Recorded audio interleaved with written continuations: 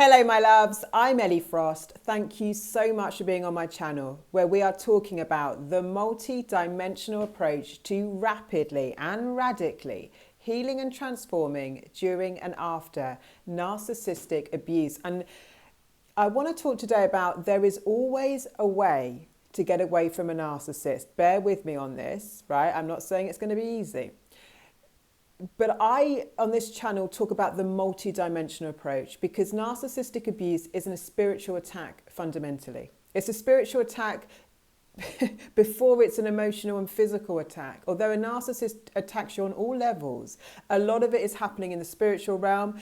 A lot of the ways in which they have inroads into our vulnerabilities, I suppose, is things that we have to clear up energetically and spiritually. And when we do that, we are no longer a match to a narcissist energetically. So we're not a match to the abuse cycle in the same way, but that does not mean you won't get targeted by these predators, because I get targeted because I'm outspoken about it. You know, narcissists are predators and they will target you. Your spiritual strength and your energetic strength and resilience is what's going to change the game. Now, the topic of this video, right, is there is always a way to leave a narcissist, but I'm not going to tell you that it's going to be easy. And I want you to know, I have lost homes, I have lost businesses, I have lost all my finances, I have found myself homeless, but with a resolution over these cycles. So I am not here to tell you, I've lost loved ones, I've lost the things I cared about most in these cycles, right, which is what they go for.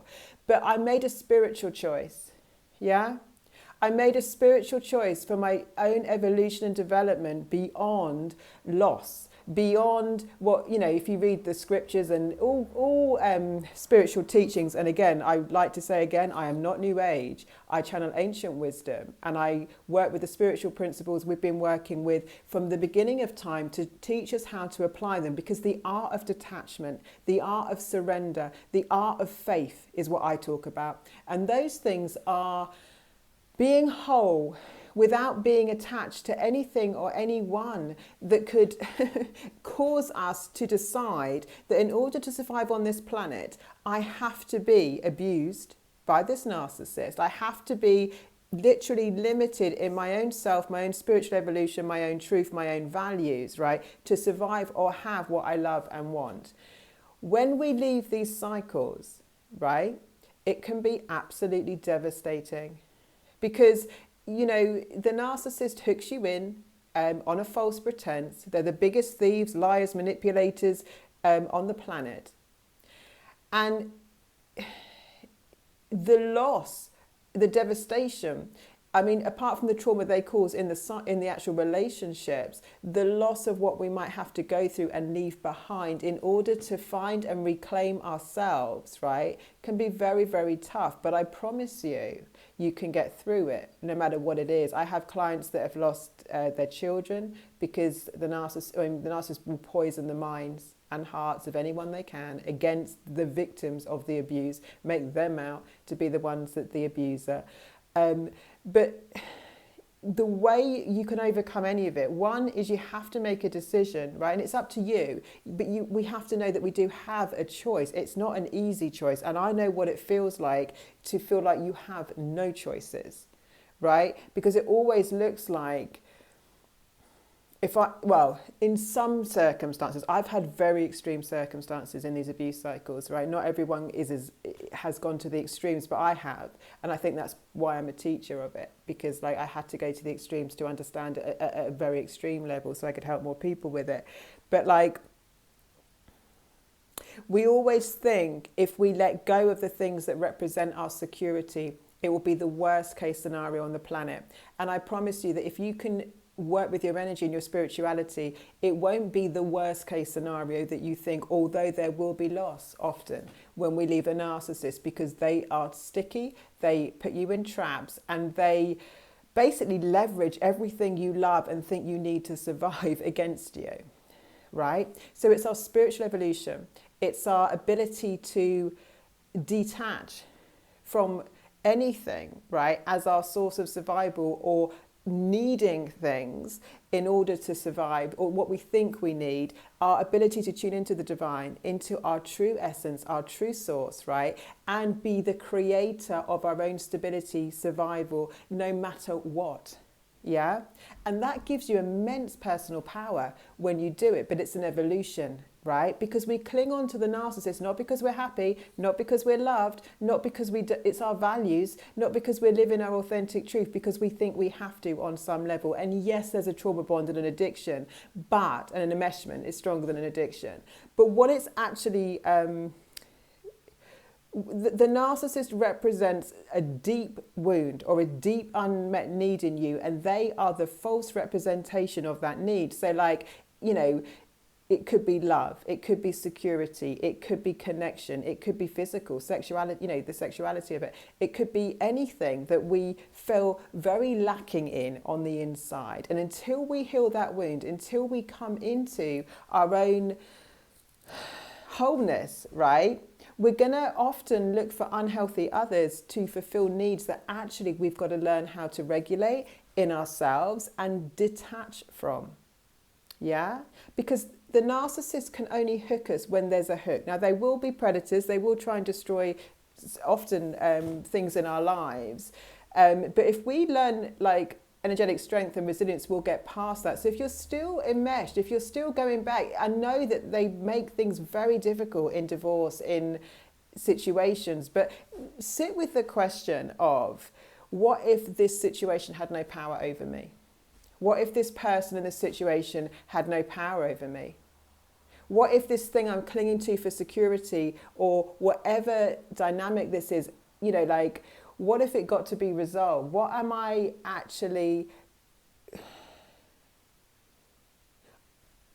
deciding is the worst case scenario here? And what other options are there if I chose to completely cut ties? If I chose to completely cut ties, then what would I do? I said to a client once, I wasn't wishing this on anyone, but like, you know, she was like very reliant on the narcissist, obviously for survival, which a lot of people are. And I said, well, what if they died? What would you do then? What if they didn't exist? What if you couldn't just go back to the narcissist for your needs to get met? Who would you have to become, right? Because a lot of us, I know they put you in difficult situations and in traps, but a lot of us, even in the divorce dynamics, are still looking for them for the resolution. We're still giving our power away. I teach my clients all the time, decide the outcome you want. Irregardless of them, let's be realistic in the situation of what you can get. Right? Let's be realistic on one level of what you can get. Let's also dream about what you want to get. Go for what you want. Be prepared to take what's realistic and walk away. Most of us are stuck in the trap of, there's no way I can get away from this. There is, but you're going to have to lose things. Right? So we've got to learn our spirituality. We've got to learn the art of detachment. We've got to learn to be whole no matter what. And at that point, we're matched to much better relationships and our purpose on the planet, right? It's not true, actually, that we have to live in persecution, suffering, and abuse. But what we might have to do, like I've left communities, I've left countries twice, I've left businesses twice, I've left all my finances. Like, I mean, you know, I'm not saying this is an easy game, but for most of you, you will not be anywhere near the extremes that I went through, right? And so what I'm saying to you is play with this, right? If there was only your freedom, right? Which is priceless, by the way. I view freedom as priceless. I refuse to live on this planet against my own values and self, right? And I'm here to lead a way for you to be your authentic self, in your power, in your purpose, in your truth, right? And there's no judgment on this. Yeah, these are some of the most difficult things we'll ever do. But I also knew if I stayed in those situations, I would have died there. I also knew that too. It would have killed me because, I mean, when you start eroding someone's soul, very quickly their physical and emotional body also starts dying, right? Because we are spiritual at core, yeah? And something that destroys your spirit, if we're not in alignment with our soul, in our spirit, with ourselves, our bodies don't perform well, our minds don't perform well, we're not ourselves, right? So we're kind of not there anyway, yeah? And the only life worth living is one that's true to us, yeah? So think about this. Contemplate it. Spend time not thinking about what they're going to do next, how trapped you are. Well, think about what am I prepared, what am I not prepared to lose, right? Because I promise you, in this universe, that whatever you have to let go of does get restored. There's a balance in the universe. There is justice in the universe, but only when we act in faith and are prepared to detach.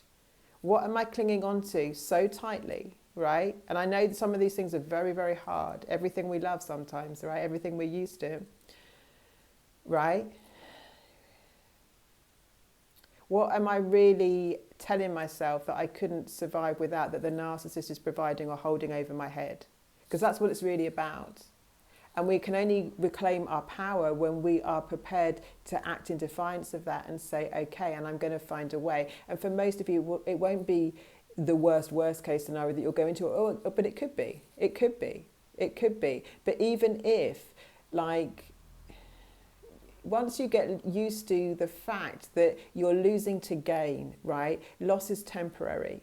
Yeah, everything gets restored, then actually you're kind of more prepared to be willing to go through temporary discomfort for your ultimate freedom on the other side. And that's why I wanted to suggest today that really we're playing for ultimate freedom on the other side. There's always a way to leave a narcissist, no matter how enmeshed and addicted it is. It's just that there's something they're giving you that you're not willing to give up. And the thing they're giving you is coming at such a price to yourself, right?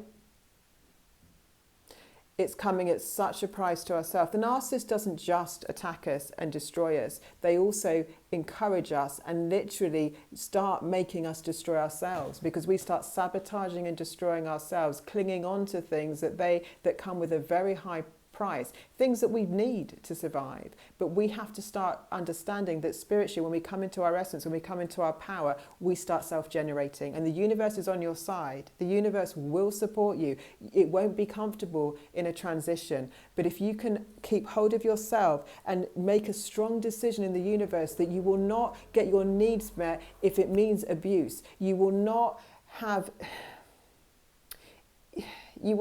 the things you love held over your head and have to be sacrificed in order to have them. In fact, if you're willing to let them go, yeah, they can all come back to you in new ways when we claim our own power. So I'd love to hear your comments on this. There's always a way to leave a narcissist. It's just, what am I not prepared to do? You know, there was many times when I was hanging on to certain things in my life because I didn't want to give them up. And that's why I stayed in the abuse. But ultimately, that wasn't actually true to me to live that way. It wasn't true. You know, in order to survive or have the things I loved, to be abused, to have it, I had to let all that go. I had to let all that go and choose a truer spiritual truth, which is that actually we don't have to be abused to be loved. We don't have to abuse to have our needs met. And if there's temporary loss, right, we get to learn how to navigate grief, loss, destruction in our lives and be bigger than it. Because if we live our lives in fear of loss, we're never going to make a move for ourselves, right? We're going to lose in life. This universe is wired for it. You know, death happens, you know, to people we love. We're going to lose in life. But how freely we can move through that, knowing that there's always replenishment, there's always more, there's always abundance on the other side at some point, if we're willing to walk in temporary discomfort, defines our character, defines our spiritual truths, and defines like what the universe can bring to us next. Because if we are we saying that we only get our needs met, we only get to be loved, we only get to be safe, we only get like what we want at such a high cost, the universe can only bring us more of what we literally consent to. Yeah, these cycles are very hard to break. You can't avoid sometimes, a lot of the time, in them devastation and loss. But what you can do is heal. What you can do is build energetic and spiritual strength and resilience. And what you can do is create a life that is so much better for you, right? On the other side. So I'd love to hear your comments. If you want to join Sovereign, we're open. We're doing the first Q&A this weekend. Lots of love, guys. I'll speak to you soon.